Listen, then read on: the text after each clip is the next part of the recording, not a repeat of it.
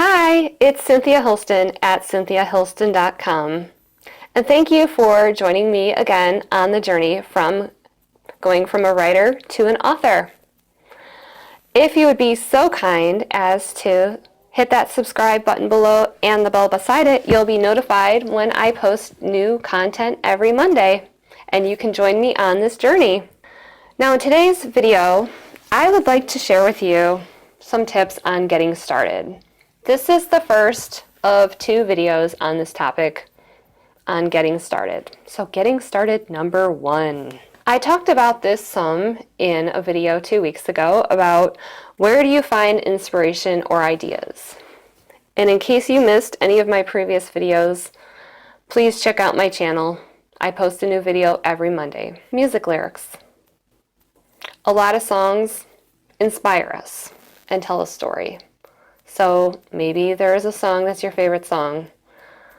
Read the lyrics, or even just start listening to music and really listen to the lyrics. Maybe there's a story you've always wanted to tell. For me, that was a story loosely based on my grandma's life, or a new twist on an old story, where you change up some major element, whether it's the setting, the time or place of it, or the character was female in the original story and you make the character a male, and that's a new twist on it. Just an idea. Think about interesting people you know. Maybe people in your family. For me, I wrote that story based on my grandma's life, and I did use some primary sources like her diary and things she had written when she was in high school about her life growing up. Also, things she wrote later in her life about her life growing up. A lot of people have ancestors. There is some interesting story that's been passed down. And maybe you can do something with that. That could be a starting point. Or just think about other interesting people maybe that you know who are still alive. Now be careful with this one because you don't want to write a story that is too much about that person and publish it, and then it's obviously about them. You got to be careful there. But just think about what kinds of books and stories you like as well. I've said this before, but it bears repeating. Also, people watch. Sometimes a good prompt is just going to a cafe or sitting on a park bench and observing people. You see an old man sitting on a step and it's about to rain outside, and there's people passing on the street. And you wonder, what's his story? Why is his house the way it is? Is he a widower? What happened to his wife? How long ago did she die? And your mind starts creating these scenarios. If you're a writer, your brain is probably already doing this all the time, and sometimes you don't even think about it. But keep like a pad of paper, just a little pad of paper and a pencil or pen with you in your car, in your purse, in your pocket, whatever. Something that you can jot the idea down, that you're walking around and you have this idea, and write it down or type it into the little memo of your phone. So later you can go back and look at it. So those are just some thoughts on finding inspiration. The next thing you have to think about is, who are your characters? Now, some people like to use a character sheet, which is a place where you're going to have their name, their occupation, their age, their physical description, what they like, what their hobbies are, what they don't like, who their family and friends are, where you're pretty much going to fill this out as much as you can.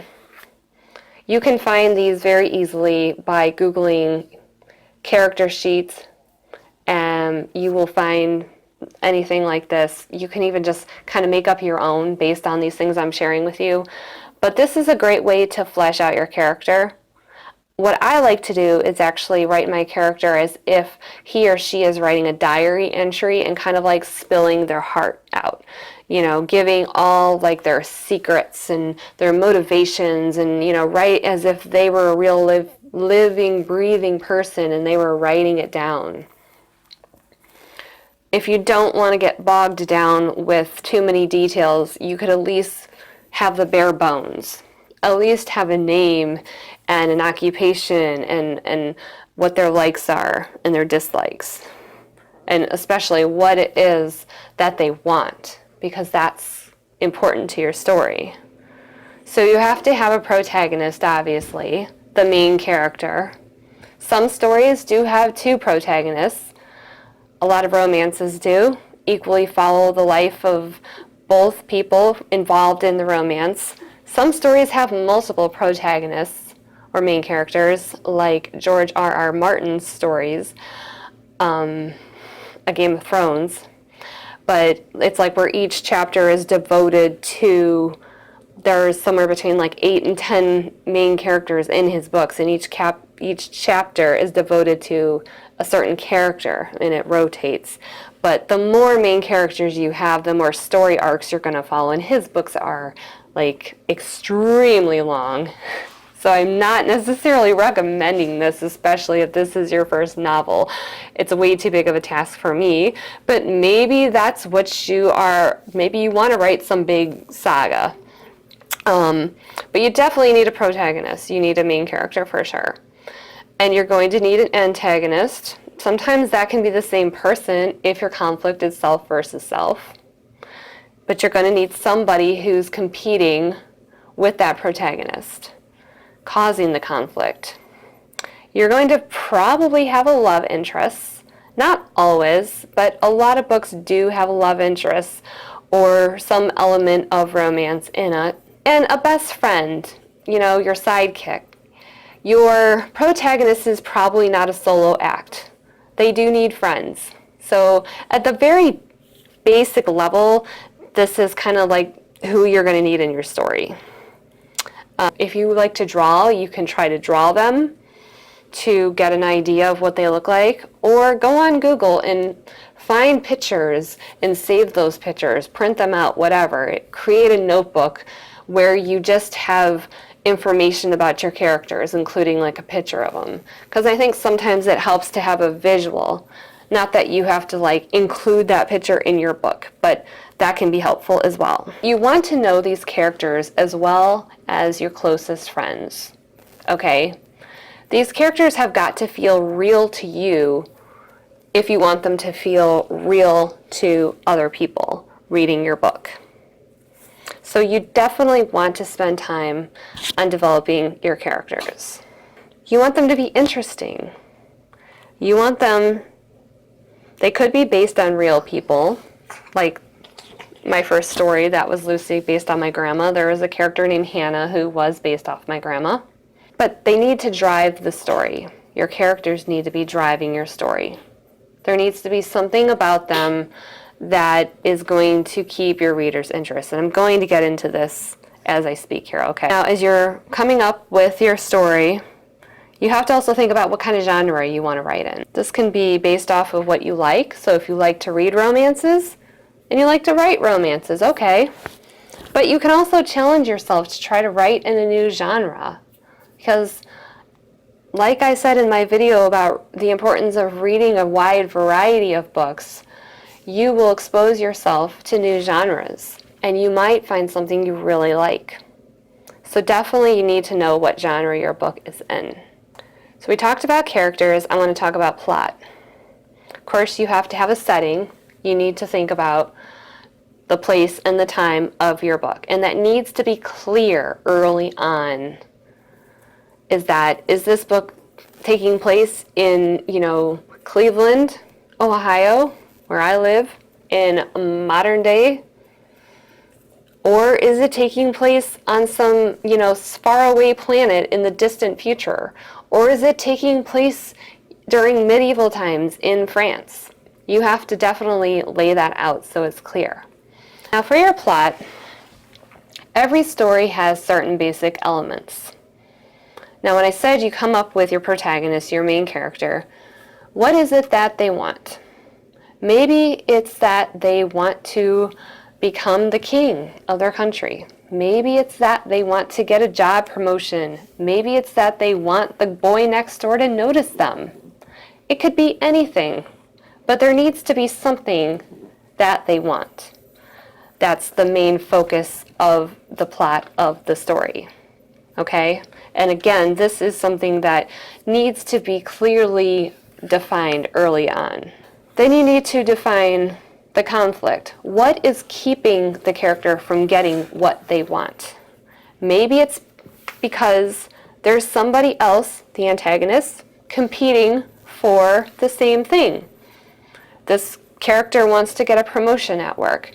There's another guy at work who's also trying to get into that same position. He wants to get the attention of the girl next door, or she wants to get the attention of the boy next door. But so-and-so from down the street also does. So there needs to be the conflict that's clearly defined. Something needs to keep your protagonist from getting what they want. That is your conflict, and that's got to happen early on in the story. And you're going to have building momentum from there, from the time of the conflict, the initial conflict, up to your climax. And you've got to build up to that. So there's going to be multiple conflicts that happen along the journey. There's going to be multiple stumbling blocks, if you will, till you get to that climax. And the climax is either going to be finally your character finds a way to get what they want, or they fail and they don't. And then you have your resolution, and that's the end of your story. So I find it very helpful to know what your climax is. Basically, know the end of your story before you even start writing it, or early on when you start writing it. Maybe you don't know yet where you want it to go. But I find it very helpful to know that as early on as possible, because it gives you something to work toward. And sometimes it even helps to sit down and write that out, even if it's just an outline or a basic, something, even if you change it, it's good to have something, the bare bones. So I suggest you know your end early on. Now, how you get there, maybe you don't know how you're going to get there, but at least you know, okay, I've got a goal here of where the story is actually going. Okay, so those are the basic elements of your story. So that's pretty much going to sum it up for this video for talking about getting started as a writer. I hope you have found this helpful. I have 3 books out on Amazon. If you are interested, check out the links here and below. Thank you for joining me, and I will see you next time.